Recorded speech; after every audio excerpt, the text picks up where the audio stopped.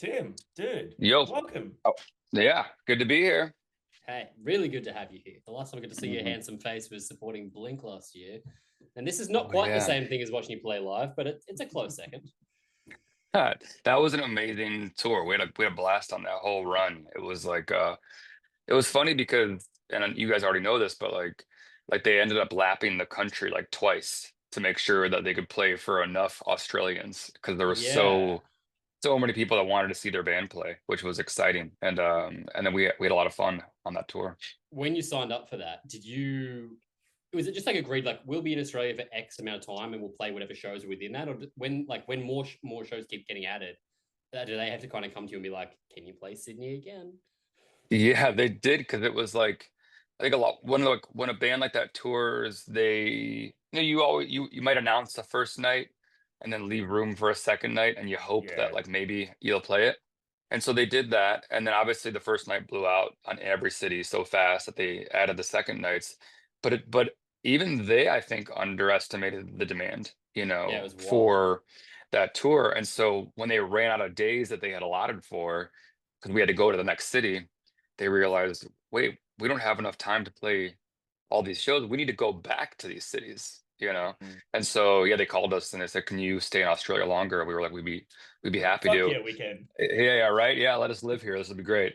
And then on top of that, because the shows sold out, usually like a band like that, they know like once the shows sell out, they no longer really care if you just go play your own shows, Yeah, because that's cool. it's not taking tickets away from their show. Yeah. And so we ended up going there early and playing our own headline shows in Sydney and Melbourne. So we were in like places like Sydney three different times, like in that month playing That's shows. so So it cool. was it was a lot of fun. It was a blast. We had nothing but a good time. Now, look, as a band that basically started in the punk hardcore scene and still is a huge part of it in many ways. When you get asked to do a show like that, for us as punk fans, you guys and Blink, even though there is definitely a sonic difference and a Hmm. stylistic difference, that sort of music to us goes hand in hand. When you get offered a show like that, is there any sort of pressure for you guys? Be like, oh, holy fuck, it's Blink 182, like how are we going to cater to their audience who may not be as familiar with our more aggressive stuff? Yes, that's something that we've thought about like probably since the early days of Rise Against, especially when like punk rock and music I feel like when we started in like the late 90s, early 2000s was far more tribal. You know what I mean? It was like, oh, you play pop punk, I play hardcore punk, or oh, you play melodic hardcore, I play mosh hardcore. And there were so many different, genres and Yeah. lines, and like I think those lines and genres have blurred a little more. And now it's more like, oh wait, you play an electric guitar, I play an electric guitar. Like we still do that. We're still dinosaurs and we're not on laptops yet. And so now that like puts us all like we're all in the same boat. But Blink, we've always come from the same world. Like that's like Blink are an amazing story because they're just, three kids who started a pop punk band that, made it turned into one of the biggest bands of our generation. There's no secret like industry plant history behind Blink 182. Like when you see Yeah. them, like what you see is what you get. And so like I've always had such respect for a band. I remember them playing in Chicago in the 90s.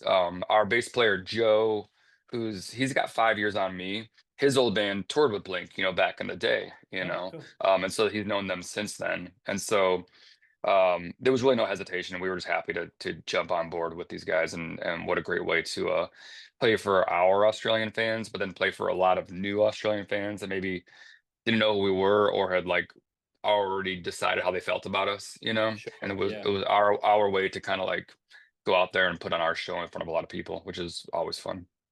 Had you at that stage, where were you at in writing, recording this current album that we're about to chat about? So that's a great question because we would we would have been advised not to do this tour because we were right in the middle of doing this record, and we knew we would Sure. be right in the middle of doing this record, like or probably I say the middle, but we were actually at the very early stages. The responsible Rise Against would have said no to the tour and stayed in the studio. They're boring, man. And You don't want to be those guys. I know we're not really familiar with this responsible version of Rise Against. Instead, we said, fuck it, pull the plug on everything and let's just go on the road and just go do this tour. And that's kind of what we did. But as it happened, our producer is London based, but she's Australian. And so she happened to be back in town, like in Melbourne, and like hanging out. And so we ended up like um hooking up with her, still talking about the record, still going over notes. And actually, it would have been the first time she would have like seen Rise Against play a show. Was Oh, no like way. Oh, opening for Blink 182, like in Melbourne, So it actually wow. was a great opportunity to kind of like, I liked that she got to see us live before she really dove in with the band for the new record. When you're partway through an album, obviously, like having a good sort of trajectory of what you're doing with the album, when you've got to stop something halfway through like that, obviously you guys are seasoned veterans, we know you can write the fuck out of a song, but when you're halfway through something and you have to stop like that, does it kind of derail it a little bit for you in the sense of coming back? It's like, are we still going to be in the same headspace? Is it still going to be the same vibe? Are our external influences going to have fucked with us? Or does it kind of also give you a little bit of time away to have a fresh take on what you have been working on? Um, it's a little bit of both. It's definitely derailing. The studio schedule, the studio character that you are, it's a little bit like Bruce Banner and the Incredible Hulk. You know what I mean? Like That's like Johnny the and I studio. together. I He's like that. incredible. And you're the Bruce Banner. The Yeah, basic it's the version. I brace. see Yeah. it. With a whole bunch of shoes. Are those shoes behind you guys right now? Yeah, Is we're that at what's my house happening? right now. We don't normally record here, but my studio's under construction right now, so we're at Oh, home. I see it. I like it. It's a good like sneaker. They should have that as like a Zoom background. But yeah, it is, you shift gears majorly. And that can be uncomfortable for sure. Like when we've had to go from the studio world to play a show, I think most bands would tell you this. It's such a different experience, and like it takes a minute to kind of like adjust. The show feels weird, you know, to you if you're in the middle of the studio. But at the same time, every time we have done that, um, I've always been grateful for it because it gets us back in touch with who we are as a live band, you know, um, and it gets us like to sort of like put what we're doing in the studio into context a little bit Sure. because the show is like, I mean, you can't fake the show. You know what I mean? Like you are playing. It's like a comedian working on a joke, right? It could sound great in your like hotel room, but like if no one laughs at it on stage, you know what I mean? Then is, it is doesn't it really matter. a joke or just a sentence? Exactly. It doesn't matter until everyone's laughing at it. You know what I mean? That's really what you want. And so like it doesn't matter what we do in a studio sometimes if we can't really sink our teeth into it live on stage and convince um the audience that this is something that we love and we think they should love. Like and that convincing comes in the form of, the look on their faces, you know what I mean? Or the way they Yeah. react or if they start dancing or whatever. So the live show is important, even though it can be like a little uncomfortable to switch back and forth. This is a a slight departure. It's a newer sound for Rise Against on this new album. Was that something that from the get-go was intentional going into it, of like even like the vocal production is like a little bit of a different production to what we're used to? Was that an intentional Yeah. thought ahead of going in the studio, or is that something that just changed over time? I tell you what, like we didn't go into it with any real intentions of making specific different decisions, but like simply by choosing like a different production team, which for us was a woman named Catherine Marks, who people will know her from everything from Manchester Orchestra to Boy Genius to St. Vincent to Wolf Alice, a lot of other things. And then Alan Moulder, who was a legendary mixer, mixed everything from Smashing Pumpkins to Nine Inch Nails, mixed the record. So we knew that this team was maybe unorthodox for traditional Rise Against. So we knew that no matter what, it was going to sound and feel different. Even if we went in with like traditional Rise Against vibes, we knew that they were going to hear it in ways that like somebody that was more like intimately familiar with our process might not hear it.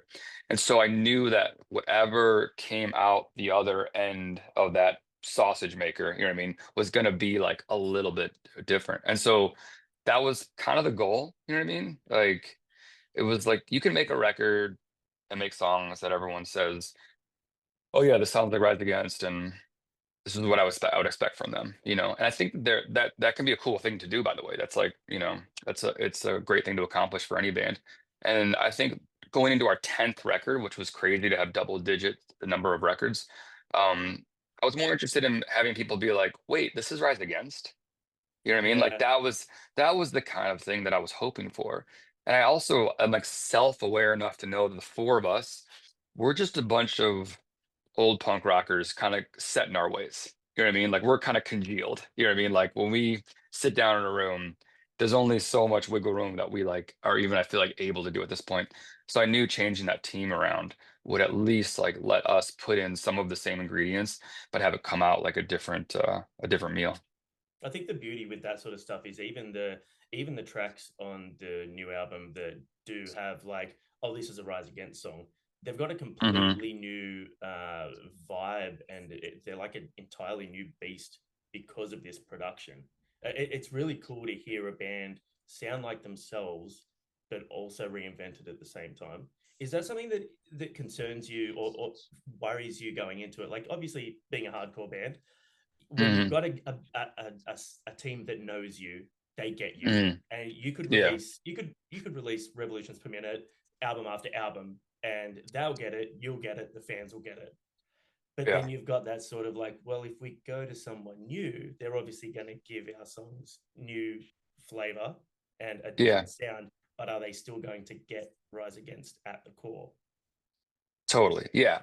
The way I look at it is like, so I'm sitting here in Oslo, Norway right now. I have a show like in like 8 hours. I already have 18 songs that we're gonna play tonight. You know, we played them last night. We'll play them tomorrow night. We have 18 songs over a 25-year career that I know will go over pretty well, that people will want to hear. And they'll be like, people will be like, "Oh, I wish I heard this song." Well, it's like, well, we have 130 songs, so I can't play all of them. You know what I mean? But I'll try to play as many as you want to hear. Yeah. So it's like, in a sense, it's like, okay, we're good. We can play these 18 songs. You know what I mean? For the rest of our lives if we want. You know, um, and so knowing that it gives you this sort of like freedom, this like license to be like, okay, we're gonna make like 12 more new songs this year. What should we do with those 12 new songs? You know, it's like Yeah. we've got our 18 and they're great songs. And any song that wants to get into that set list tonight has to fight for its spot. You know what I mean? Like it's like an audition or like or just like any kind of sports team. Yeah, Like you want playing to on a be sports team. yeah, like you want to be the forward, like then you've got to beat the guy that's already doing it, you Mm. know? And so all these songs are like that. Like you've got like we have great songs. I love them. People love them. If you think you can do better, then step up to the plate and do better. And that's what every new song is, you know? And so I think knowing that you have that base, that like foundation of the show we're gonna play in Norway tonight, it gives you this freedom to be like, all right, let's try something. You know what I mean? Let's create something and see if we create something new that might be able to like give this set list that we'll play in Norway tonight, like maybe a bit of a different flavor. You know, it gives you that license. I definitely feel like Johnny and I both listened to the album together, driving to and from Sydney to shows last week, and we were discussing quite a few times throughout the album, being like, "Fuck, this is something we haven't heard from Rise Against before. This adds a new flavor." So I think you guys have definitely hit that. You mentioned the change in the production team and then the Manchester Orchestra. Is it Andy Mhm. Holt that features on Black Crown? Yes, totally. Yeah, I wrote that Anyway, song with Andy. Yeah, Okay. totally. You We guys didn't nailed get it. any like notice of like who Oh features yeah. on things. So we were That's like being like, oh we think it's that, but we don't know. I love that you guys figured it out on your own then. That's awesome. Yeah, I went down to Atlanta, hung out with Andy, we wrote a song together. And then in writing, like in a room, you know, just like this, we were like just singing it back and forth. And his voice is so fucking cool. He's the And I first guy was, to ever make me cry live just with his uh, voice, just vocals, and I was just like in tears. it's kind of true. Like hearing him like sing is like, oh my God, no one has that voice. Yeah, And so when we were putting the record together, I was like, Andy, you got to sing on this thing. And then I remember he sent something back with his voice, and it was like it was just this tiny little like replication of him, like, you know, barely on the song. Like you would have never heard him. sure. And I was like, and I texted him, I was like, Andy, I need like I mean, like main character energy here. You know what I mean? Yeah. Like I want some guys in Australia to say, wait, is that Andy Hull? You know what I mean? He did it. Mission accomplished. Yeah, hell yeah. Mhm.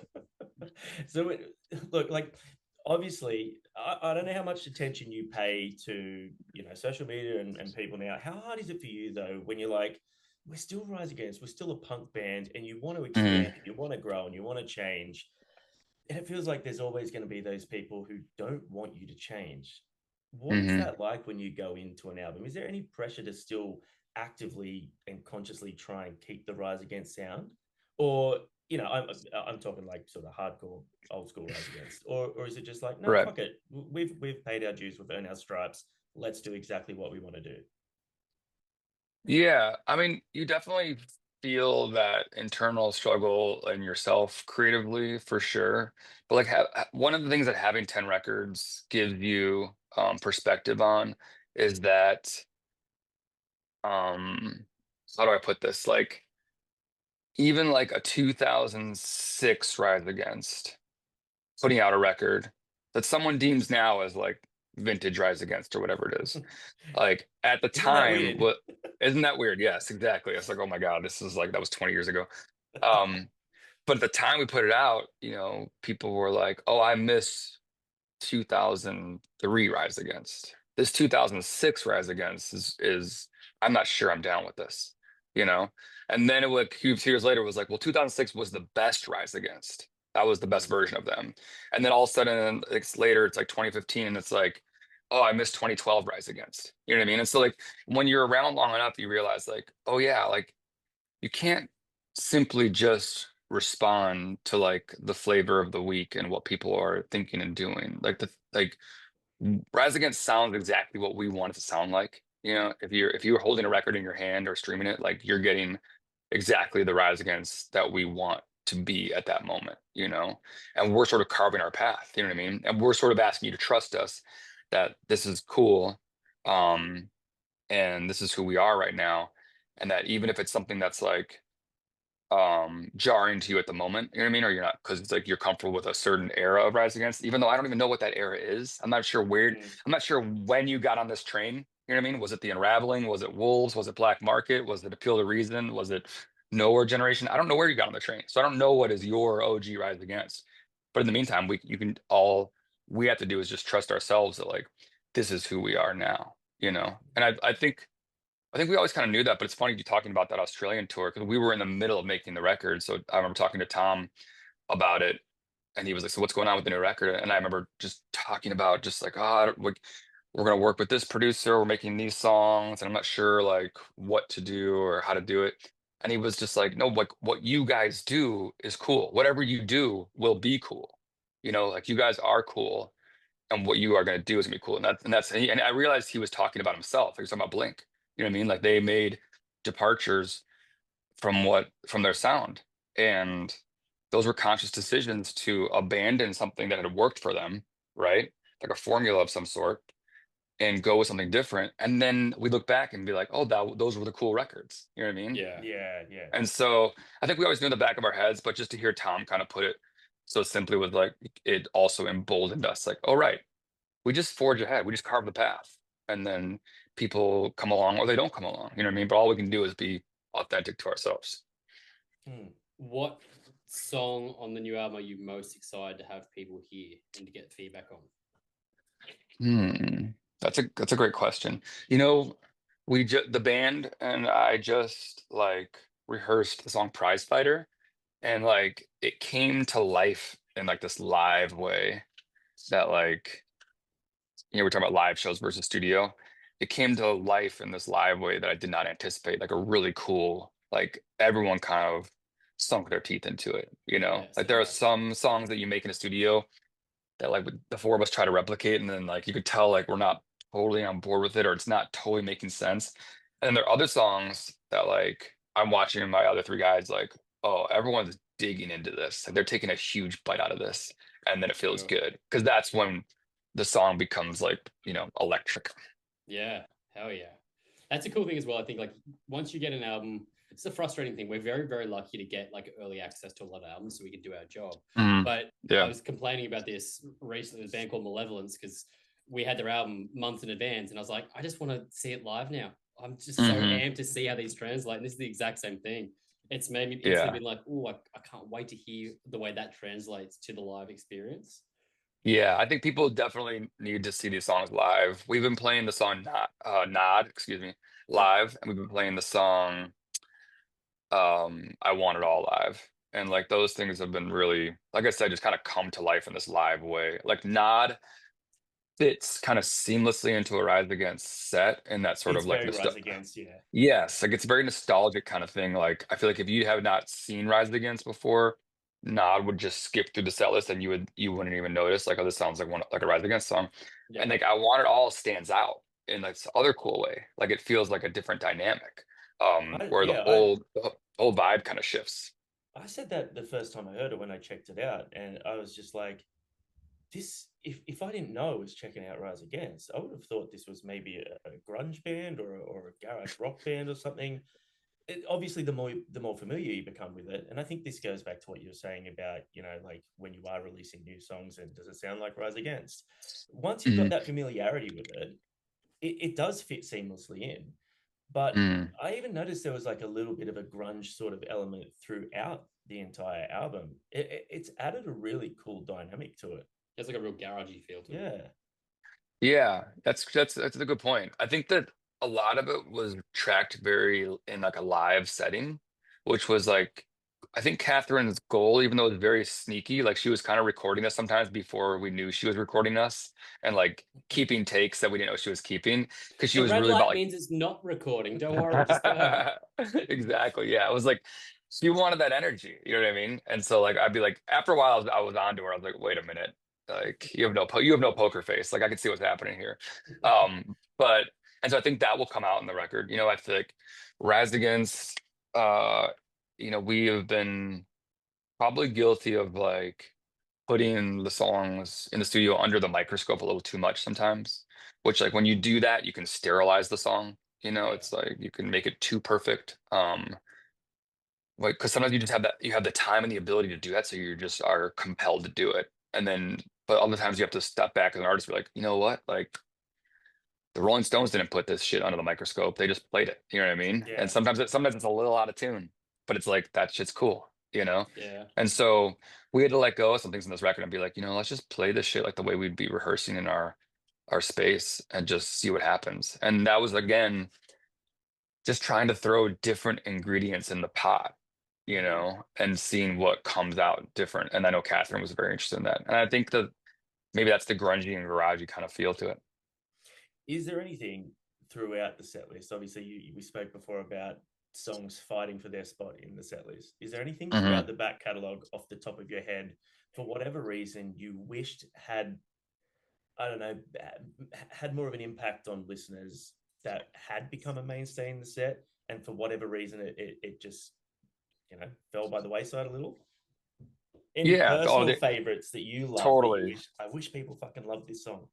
Yes, there's absolutely those songs that get kind of like they slip through the cracks. The song "The Black Market" off Black Market is one of my favorite songs. I always felt like that could have been like a really big song. Parts Per Million off Wolves, one of my faves. A bunch of stuff off Wolves. I feel like How Many Walls, stuff that we never really brought to the stage. Because I think that we have a responsibility to like if we bring it to you and we keep playing it over and over and just like beat you over the head with it, you know what I mean? Then it becomes something that people become familiar with. And then sometimes we just leave them behind and they don't get, for whatever reason they don't make it into the set list, and then they sort of get lost. You should just do the Rise Against Selfish Assholes tour and just play all songs you've never played live. That's a great idea. So we did that sort of on our last tour. We wrote we called it an A set list, a B set list, and a C set list, and we rotated them every night. And they had the staples. We were always going to play Savior for you. We were always going to play Prayer of the Refugee for you, no matter what city we were in. But the rest of the set was like mostly unique in a way. And so that way we were able to play a lot of songs that we don't normally get to. And it was a lot of fun. I think a lot of the core fans did it. But your proposition, I like even better, even though it's way more fucking work for the four of us. So I don't love it because especially in the later records, and I think any band will tell you this. There are songs that you've recorded and released that you've never ever played live, that you actually don't know how to play live, because you've Yeah. actually never done it. Because what happens as a band when you put out your first record, for us it's The Unraveling, and then you go open for Sick of It All in Europe, you only have 40 minutes of material at all. You know Just what I play mean? Like all those songs all the time. you play all the songs, including Yeah. a Minor Threat cover and a Black Flag cover, because you're trying to fill the set, Yeah. And then when you write your second record, it's like, oh, we actually have choices now. Like we actually have to pull some songs out. And so the next thing you know, you're pulling out half of The Unraveling and half of Revolutions Per Minute to make an hour set. And then as the more records you write, you realize like, oh, I have to leave more songs behind. Yeah. You And get then to what one happened? song per album at this stage. Yeah, exactly. Yeah, totally. By the time you're on your fourth or fifth record, that's when like we've played every single song on The Unraveling live. We played every single song on Revolution Per Minute live. But by the time we got to Siren Song, there are songs on Siren Song that we've never played live. And then by the time we got to Sufferer and The Witness, there are songs on there, not many, but there are songs on there that we've never played live. And then and now by the time you get all the way to like Wolves or whatever, we've actually probably only played like 3 or 4 of those songs on that record live. The majority Yeah. we've not played live. So it would be interesting to go out and find all the songs. It might be a shaky Rise Against set that we would have to ask the audience to be very patient with us. They might That's not when see the like time. you get the true fans come today. It might be Yeah. like Yeah. slightly small That's what capacity or whatever, but that's what it would need to be. It would need to be like some diehards who were appreciating like the effort that we put in to do that, and not just your casual fan that was just like, I want to hear the song from the radio station, or whatever. Yeah, I think that that would be one of those things that people look back on, when Yeah. Rise Against aren't playing shows anymore and go, Mhm. I am, I might have posted on social media like an asshole, but I'm really glad I went to that show. Yeah. what Yeah, that about would be the cool. anniversary tours? Like the 10, 15, 20 year anniversaries. Does that have any appeal to you?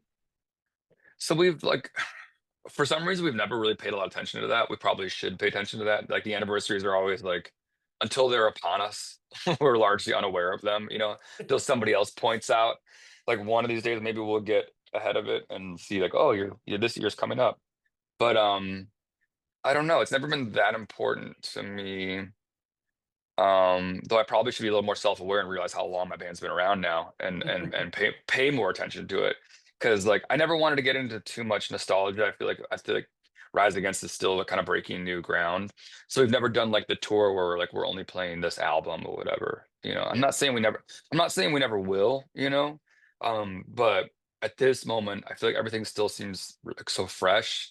And the Rise Against career has not been defined by a specific album, you know? And so I feel proud that like all of our records have been something that our fan base is connected with.